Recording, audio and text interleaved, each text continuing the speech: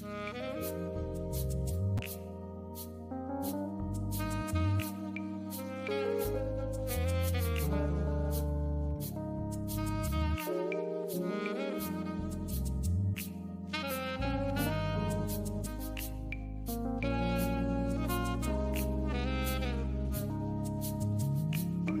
on there, 2, 3, 2. Welcome to Whitestone Missionary Baptist Church for our weekly Sunday school lesson presentation. We want to thank you, as always, whether you are in Vicksburg, Mississippi, down in Dallas, Texas, up in New York, or Nashville, Tennessee, or Smyrna, Tennessee, or over in West Memphis, Arkansas, or you're down in New Mexico or Chino, California. We want to thank our production crew, Reverend Grady LaRon Henderson and Ms. Marquita Fletcher, and the trustees of Whitestone who sponsor these live broadcasts. We want to welcome the people in Michigan, Detroit. We want to welcome Brother Kirk Bays over in Thailand, Bangkok, Thailand, and Coach Landry down in Baton Rouge, Louisiana. This is lesson 86 and the 10th one for the winter quarter. The subject for this week, trials and denials. The Bible text is John chapter 18, verse 15 through 27. And on this first Sunday in February, we're still dealing with John. Theme for John is Christ in his deity. Theme for February 6th through the 27th, triumph over trials. Theme for the quarter is triumph. The golden text, however, leaves the main text and goes to Mark chapter 14, verse 62. And let me read it out. Jesus said, I am, and ye shall see the Son of Man sitting on the right hand of power and coming in the clouds of heaven. Perhaps the reason for this choice for a golden text lies in what Gifford said. This week's golden text contains a detail not found in Matthew, Luke, or John. Basically, there are two reasons. First, this week's text represents one of Christ's most aggressive statements. He was almost mean. The high priest, I left off the T, the high priest was badgering him for a confession. Are you the Christ, the Son of the Blessed? Christ replied, I am he. Second, it is Christ's reference to Daniel's vision of the Son of Man receiving eternal worldwide domination or dominion, worldwide dominion from God the Father. See Mark chapter 7, verse 13 and 14. And we are urged to read and study 1 Corinthians chapter 12, verse 3. Chief commentator for this week's lesson is John Albert Austin, and has been for the past 3 quarters. The lesson is divided into 3 sections. Section 1, Peter's first denial, verses 15 through 18. Verses 15 and 16 highlight trying to follow. Verses 17 and 18 highlight standing in denial. That's Peter. Section 2, Jesus' first trial, verses 19 through 24. Verses 19 and 21 highlights interrogation and reply. I will get into the definition of that word in a few moments. Abusive treatment, verse 22. Honest challenge, verse 23. Abrupt dismissal, verse 24. The section 3, Peter's further denials. He denied Christ 3 times, as Jesus had prophesied. That highlighted in verses 25 through 27. Denial number 2, verse 25. Denial number 3, verses 26 and 27. And I hope that you read the text.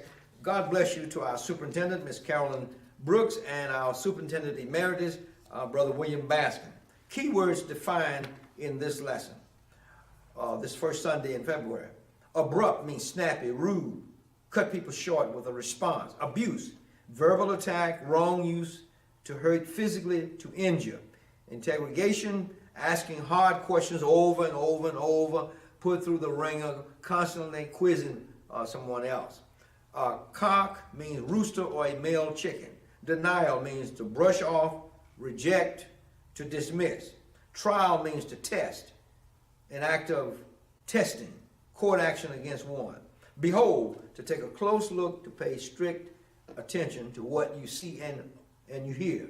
Smite, smack, hit hard, to assault. Doctrine, principle, article of faith, set of principles to be guided by beliefs.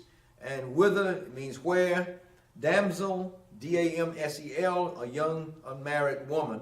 Kinsman simply means members of the same family, blood relatives.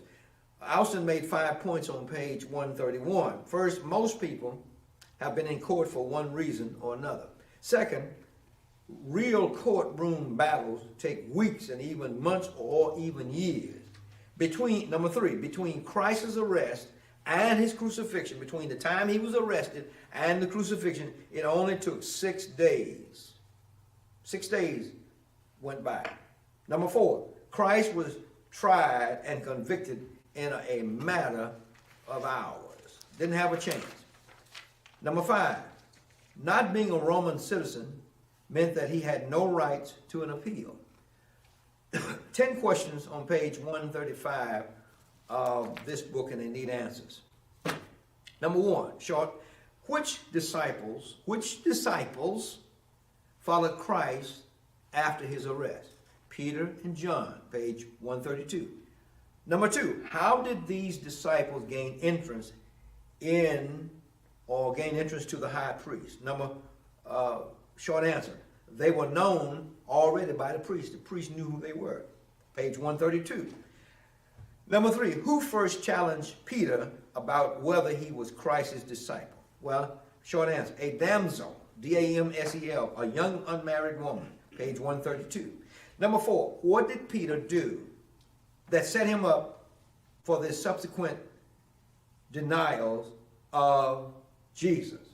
Short answer, Peter's close contact with the enemy, warming himself by their fire because it was cold that night, set him up to again be challenged about knowing Jesus, leading to his further denial of Christ. Page 132. Number five, who first questioned Christ after his arrest?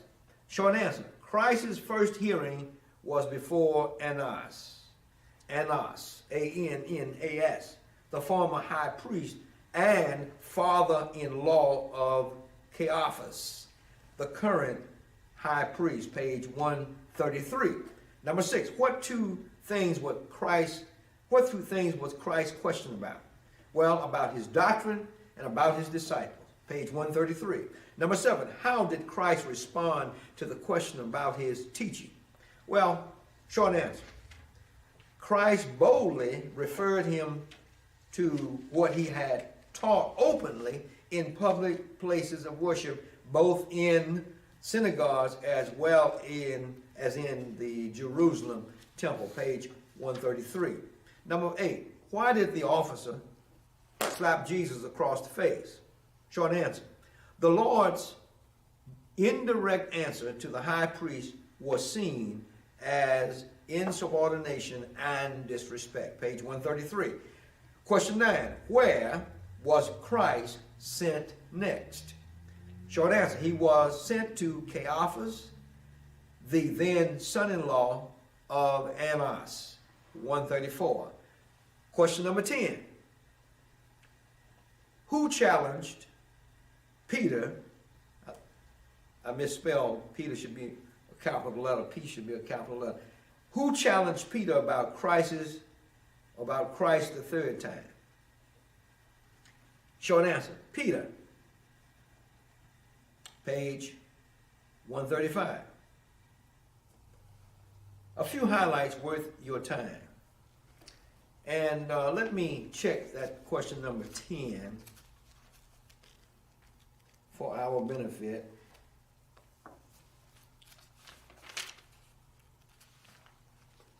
Question number 10. Who challenged Peter about Jesus the third time?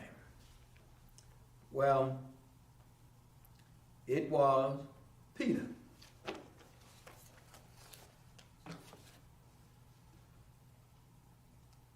A few highlights worth your time. Ferguson said we are to examine how Christ tried by the time or by the high priest while Peter denies knowing him. The second thing we want to always, the goal of this lesson is that we are to recognize Christ's faithfulness in a situation where men were unfaithful. The third thing Dr. Ferguson wants us to do is we are to always turn to Christ when others turn away, knowing that he is always faithful. Page 136.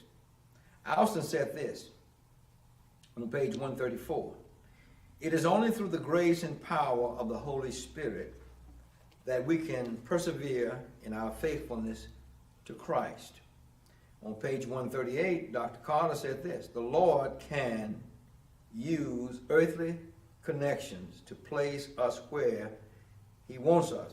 See John chapter 18, verses 15 through 18.